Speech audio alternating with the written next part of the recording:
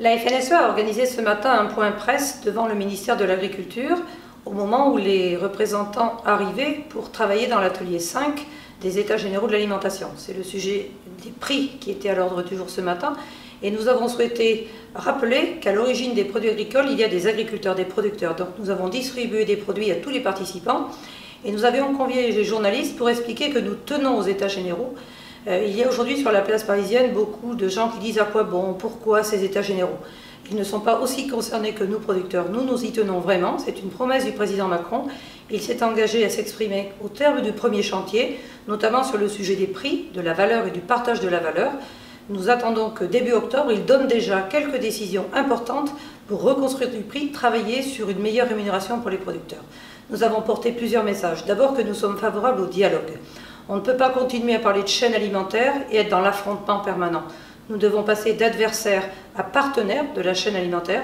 Chacun explique ses contingences, les producteurs, les industriels, les logisticiens, les distributeurs.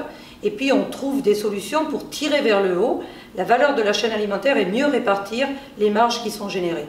Aujourd'hui, le maillon faible dans la chaîne alimentaire, c'est le producteur. Clairement, c'est le producteur.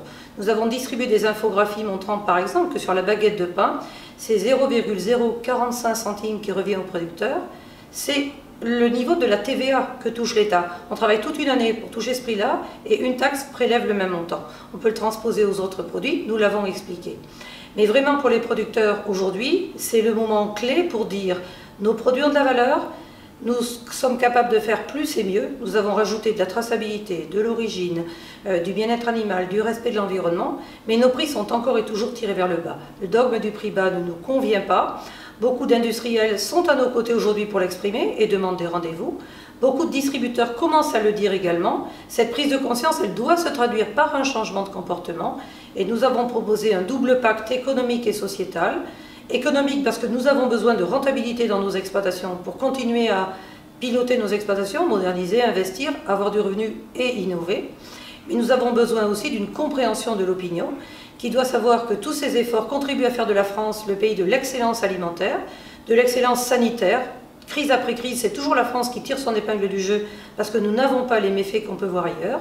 Et c'est le cœur des sujets des États généraux de l'alimentation. Donc nous sommes au travail, très représentés. Nous avons bataillé pour avoir des représentants dans les 14 ateliers.